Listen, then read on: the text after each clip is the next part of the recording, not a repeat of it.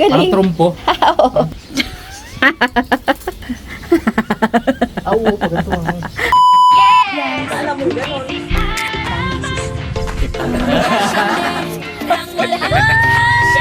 Road trip! What's up mga meses, mga harabas? Kamusta po kayo lahat sa episode na to? Alam nyo na, egg hunting tayo. Pero bago yun, pakita ko mo sa inyo yung mga guinea fowl ko na nandito pa na naiwan pa sa akin. Tayo sa likod. Matapos ang ulan, kaya magandang lumabas-labas. Ayan, syempre, mga alaga natin. Dumadami ang ating bantam. Ayan o. Pero may itlog doon. Ayan o, may itlog. 8 itlog yan. At meron tayong bagong pisa. Ayan, ilan yan? 5. Alright. At ito yung sinasabi ko sa inyo mga karabas. Meron tayo dito mga sisiw ng so, medyo malalaki na sila. Guinea fowl. Yan o. Itong 20 pieces na to, marami to eh. Kung naalala nyo, nagbigay ako dun kay Pare Job ng isang pares ng guinea fowl. Last year yun. Ngayon napaitlog niya po ng 60 peraso. Sobrang dami. Tapos pinapisaan sa manok. Tapos yung mga sisiyo kinuha ko muna, inadapt ko muna dito para dito ko pakainin at palakihin kasi nga dun sa kanya tinitira ng daga, no? So yung unang batch na malalaki 2020 dinadala ko sa kanya at may natira dito. Tapos binigyan ko rin si Lolo Papa ng 4, si Editol 4 din yung binigyan ko ngayon. Papamigay ko to kay Lucky Boy at saka sa iba pang Team Haraba. So dadalhin ko to sa bukid.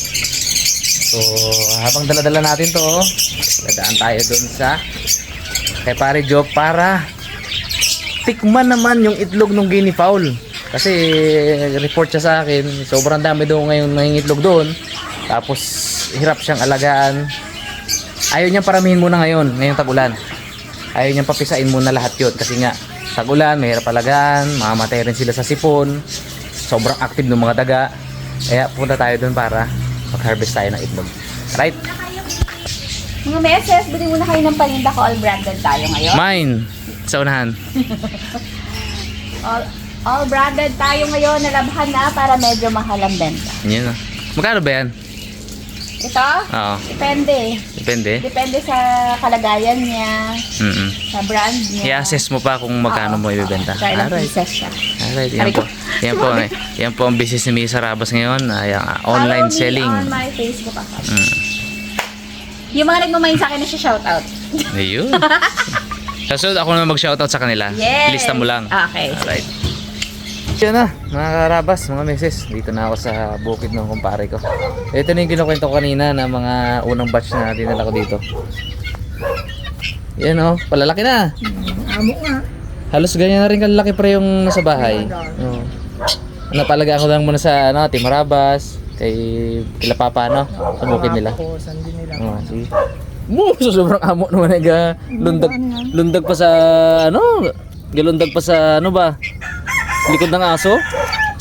Ayan, yan po yung itsura ng mga nila, juvenile. Guinea fowl. Lahi ito nung galing kay Uncle Gaspar, mga karabas, galing si Bay. Si Pungloy, nangingi din si Pungloy. Sa Uncle ni Pungloy galing yan pre, yung lahi na yan. Sa si Bay pa, kaluya. Oh, tara. I-guide mo ako, saan ba?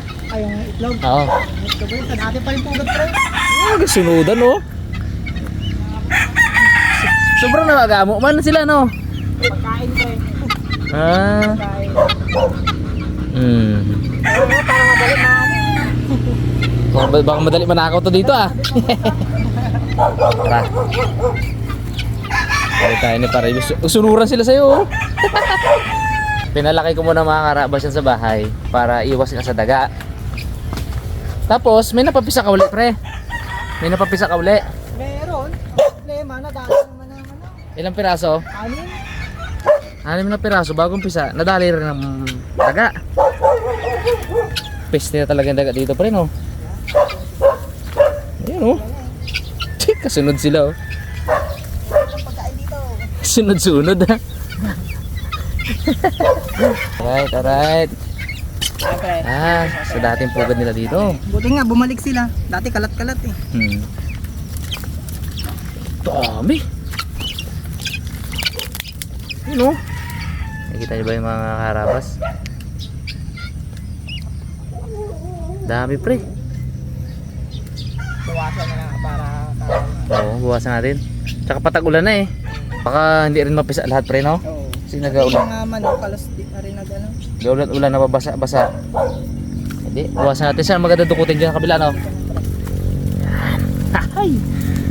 First time natin makakati mga karabas ng itlog ng guinea fowl. Kayo pre, nag-ulam na kayo niyan? Wala pa. Aba, itikman natin. Sabay natin tikman yan. Yan, yun mga karabas. Ito yung itsura nila ng kanilang itlog ano? Yan oh. Dami. Ilan na to lahat pre? Kadami man. Pinabilang. 4, 2, 4, 6, 8, 10, 12, 14, 16, 18, 20, 22, 24, 26, 28. Ano sa 28? Abo, dami ba?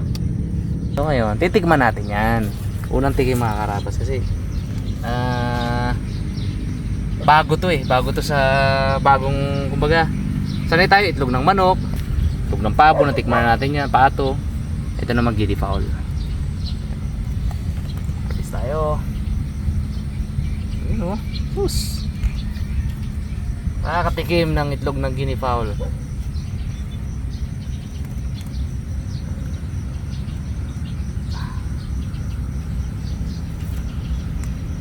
Yun. 2, 4, 6, 8. Ano pre? Mga ilan? 10? Bait naman itong kumpare ka. Bitin daw yun. Ito.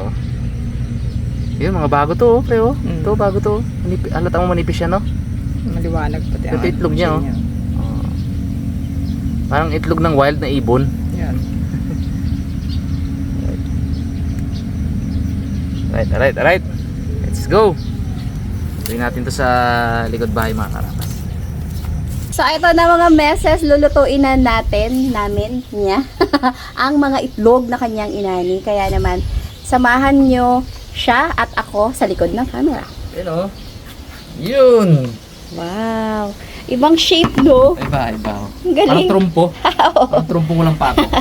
So kakaiba ngayon mga karabas, mga meses ang ating recipe ano. Torta. Hindi, ang kakaiba doon yung itlog. Yes. Kasi syempre, alam niyo naman ito, itlog. Itlog. Betlog to ng guinea fowl. Yes. Yan oh. Ibang klase siya. May mga Cute. magayan siyang shade.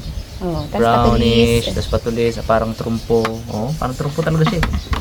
So, torta. Simple lang. Ito lang ang ilalagay natin. Carrots, white onion, at saka ang isa pang kakaiba, mga karabas, mga meses, mais. Wow! Saka nakakita ng itlog na tortang itlog na may mais. Dito lang yan. Dito lang yun. Pero ito kasi first time namin tong makakatikim ano. Yes. Gusto kong tikman siya ng Siya lang. ano yun, nang hindi siya, wala siyang spices, siya lang. Okay. Kaya iano natin to. Kala ko kainin natin hilaw. Kinabahan ako ng konti. Kasama natin sa laga. Okay. Yan oh, di ba? Para gusto ko matikman kasi siya ng, alam mo yun, nilaga lang. Malalasahan talaga Ano natin. yung difference? Anong difference ng lasa niya sa itlog? Kasi ang itlog ng pato, itik, tsaka manok, kakaiba yan. Kakaiba na lasa yan. Di ba? Pero ito, first time nating makakatikim kaya. Kasi itong anim, yan yung torta natin. Dami mong protein ngayon. Oo nga eh. Hindi pa ako makain. Compute mo na agad yung calories niya. Baka naman mag-exceed ka ngayong araw. Habang nilalaga natin itong mais at yung itlog, prepare ko lang itong napakahirap i-prepare na carrots at white onion. Hirap niyan mga board. Uupuan ko pa yan. Tagal nito i-prepare kaya talagang pwestohan ko dito. Tapos yun, inom muna ako ng tubig. Baka uhawin ako dyan mamaya sa tagal i-prepare. So ito yan eh oh. Oh, di ba? Sabi sa inyo eh. Bilis na. Tagal nga ka mo. Ganun lang. Isang Thanos lang. Thanos lang. Oh, diba? Alright. So at ito oh.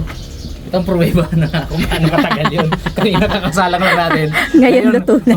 Maluto na yung ano. Yung Wow, ang sarap ng mais. at saka itlog. Hindi tayo mag-rice. Yan ang pinaka-rice natin. Ayos. Oo. Alright. Tayo lang natin ito na malaga para makumpleto natin yung ingredients natin sa ating tortang itlog ng guinea fowl. Yan o. After few minutes, ayan na po yung ating nilagang mais at nilagang itlog ng guinea fowl. Steam lang yan o. Kaya lang natin siya dyan pa para maluto-luto pa ng konti. Kukunin lang natin yung mais na kailangan nating nagagamitin natin. Wow, purple. Piling ko itong magulang-gulang. Yun o. Napapaihi pa. Actually, isa lang kailangan na yun. Ayan na. Fruits na yun. Wow.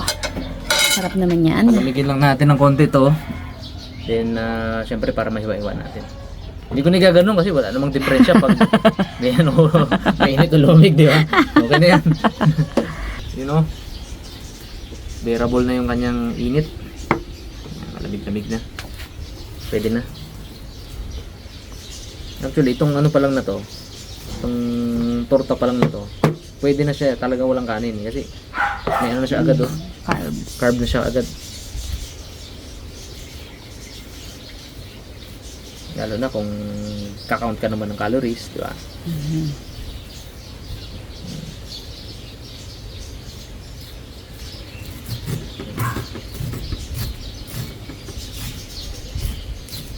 No, di ba? Sarap. Sarap siguro niya ni papakinang ano, ginanyan. Ginagawa ko dati yan. Inimay ko na inaano ko yung inihiwa ko na ganito tapos lalagyan ng gatas. Sarap.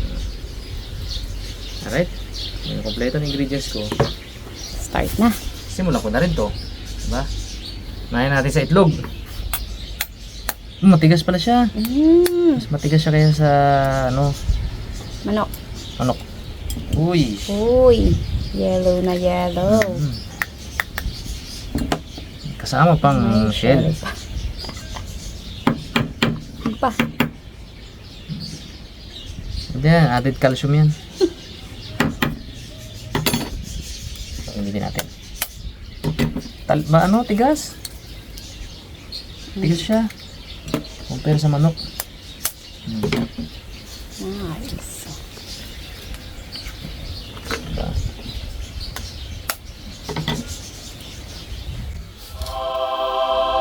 Naka-smile. Ay, wala na. Kasmile? Ano kasmile? Naka-smile yung itlog. Talaga? Ayun o, parang clown siya mo. Dito Ito? sa side ko. Hindi, yung mga nasa bowl na. Yun to. Gutom lang yan. Oo. Nakikita. Akala na nakikita. Nangingiti na sa'yo yung ano. Niyayaya niya na ako. Ini-invite Niluluto na. natin. So ayun. Simple lang. Sasabay-sabay ko lang to eh. Anong gusto mo? Sabay-sabay natin o igisa? Dalawang proseso yan eh. Igisa yung sibuyas. Pwedeng i-ano ko na dito. Oh. Igisa tong dalawa. Sama-sama na. Para malambot yung carrots. Pwede rin. Yung mais pwede na sa itlog. Tama? Hindi, mas gusto ko sabay-sabay. Bakit pa ako tinatanong dito? Yeah. Para balanse siya, mamekos-mekos. Okay. Itong mais. Uy, umalis ka dyan, bangaw ka. Masama ka dyan sa torta ko, bala ka dyan. Crunchy ka.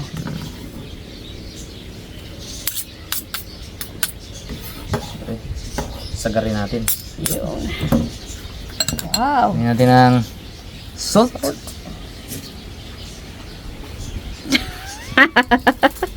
Kalat lang ay. Tingnan nyo. Pepper. Yun lang. Salt and pepper lang yan. Masyadong ketchusan gagawin natin. Mekos-mekos. Mekos. Yan na yun. Tara na. Alright, tikman mo na. Damak. Initin lang natin yung ating kawali. Mises. Grabe hangin oh. Apoy kung apoy. Grabe. Parang shit. Nag-aapoy ang ibabaw ng kawali. Gaganyan-ganyan ba yun eh. Yun. Sabi ko salt and pepper. Naisip ko bigla parang masarap pag may paprika. Pero ganda na kulay ah. Kaya na eh. Parang may turmeric no? Ayan. Ano lang yan. Sa'yo din yung sikap niya. Yung sikap lang yan. At galing niyan. Diba? Ganda ng kulay. Medyo mainit na siguro itong ano natin.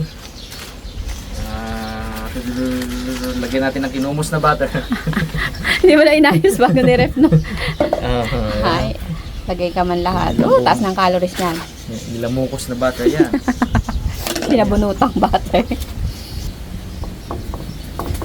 So na. Nga, lusaw na. Siyempre, lagyan natin yung ating minekos-mekos na itlog at iba't ibang mga ingredients. Oh, napakarami ingredients yun. Bango.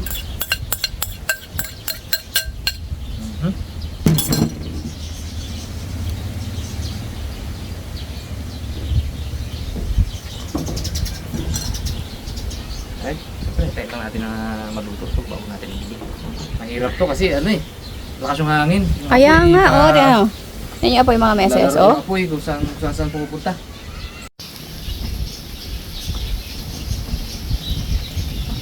Yan o, iniikot-ikot ko para mabalanse yung ano, yung luto. Kasi dito yung apoy lang sa akin, dito lang oh. Kaya pagluto na doon banda, ilipat ko dito gawin yung apoy, yung kawali. So palayas-layas din yung apoy. Hindi, mas lamang dito. Kasi coming from north yung ano eh, hangin. Paano? Pag sa dagat lang yun, ginagamit yung ganun. Yung alamin mo kung ano hangin.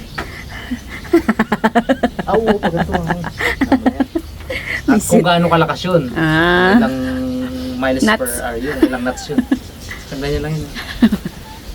Yun, malaman mo eh. Pag dito kasi may basis ka, yung mga dahon. Oo. Pag ito yung daliri mong basa ng laway. Dapat laway talaga. Kailangan hindi ka bagong toothbrush. Yeah. Oo. Mas accurate. Oo, mas accurate yun.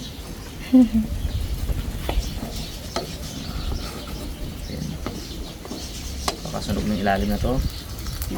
Ay, kapogi.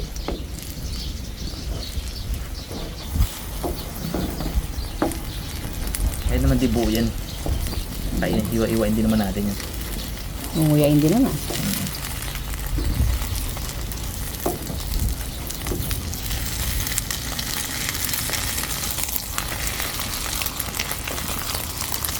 Oh. Ganyan yung pagkakaluto ng itlog na ano, oh, na baon ng kaklase ko noon. Oh, Ingit na ingit ako. bakit? Kasi sila mama, ang gusto nilang itlog pag pinirito, yung mamasa-masa pa. Nasa lang? Yung maluluto na lang sa ano, sa mangkok ba yun. Yan. Parang pancake. Diyos. Sabi? Sa akin pupunta yan. Nice. Tapos konti-konti lang yan. Luto na yan. Kasi kumbaga itong ilalim yung pinaka ano niya. Crust. Wow. Pizza. Pizza. Grabe ang apoy, oh. Diba? Naalala ko na naman tuloy yung... Ewan ko kung nanonood pa siya ngayon. Yung kaharaba sasabi, Lods, kahit na magprito ka lang ng itlog, papanoorin kita. Mag-comment ka kung dito ka pa. Oo, Pag oo. wala na, nako, ibig sabihin. Wala. Iniwan mo na ako. Hindi totoo. Hindi totoo yung ano mo na yun. Yung pangako mo na yun dati. Naalala ko yun eh. Year 2019 yun. Sasabihin niya naman, Lods, pandemic noon. Kahit itlog talaga iprito mo, Kahit papanoorin. magprito ka lang Lods sa itlog, papanoorin ka namin. Namin! Mm. Ang damay siya. Sabi, dinamay pa yung ka-boardmate. Okay na yan, luto na. Ito na to. Okay. Masarap dito na tayo magkain eh. Yan sa gitna na yan, oh. Tapos Pwede. dito na tayo Oh. makukuha, di ba? Yeah.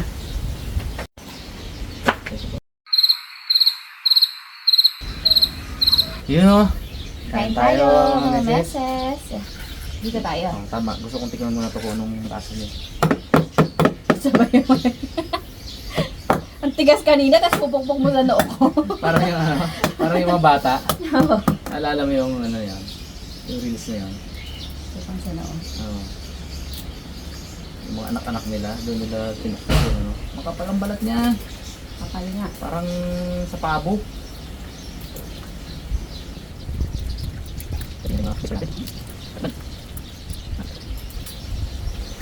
May itlog din.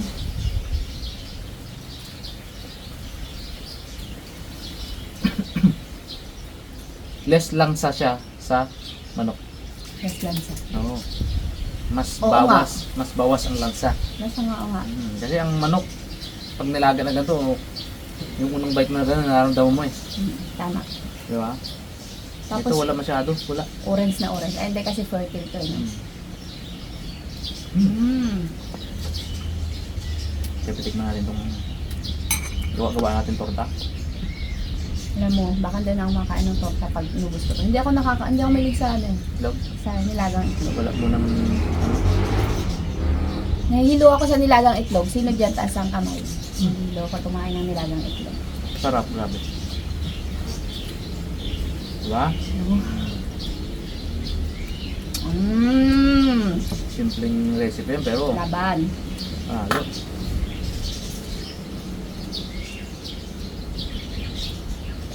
Akin, ayaw mo akin.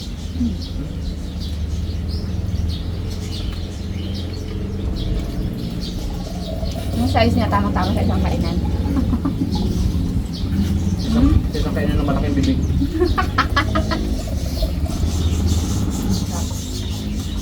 Masarap yung texture ng mais. Yung mais na nang nilabaw. Sarap yan. Sili siya. Sarap. Kain mga meses.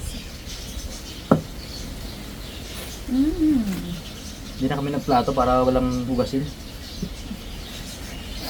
Nagdabog si Gindil kanina.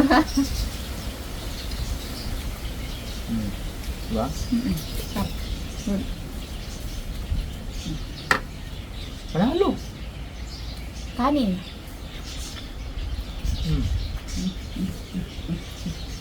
Sarap. Ito pala siya. Ito ang lasa niya.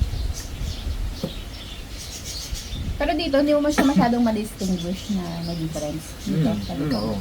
Sa nilaga ano niya.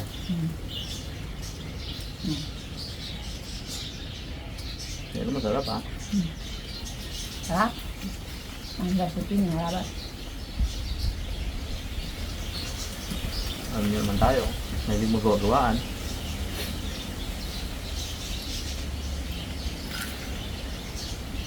Sabi niya kanina, baka may nakagawa na pala nito ah. Pero hindi niya kasi ito ginaya kung saan. Hindi niya ito ginaya kung saan. Siya lang nakaisip. Kung may nakagawa na nito, o dito.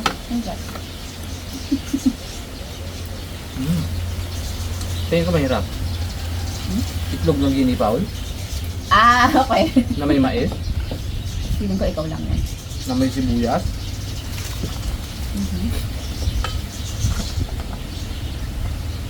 Parang dinosaur yung ano yun eh. Parang panahon pa ng dinosaur yung tsura ng mga ginipaul eh. Pag tingnan mo siya, parang yung mga sinaunang ibon. Panahon ng Jurassic era, parang ganun.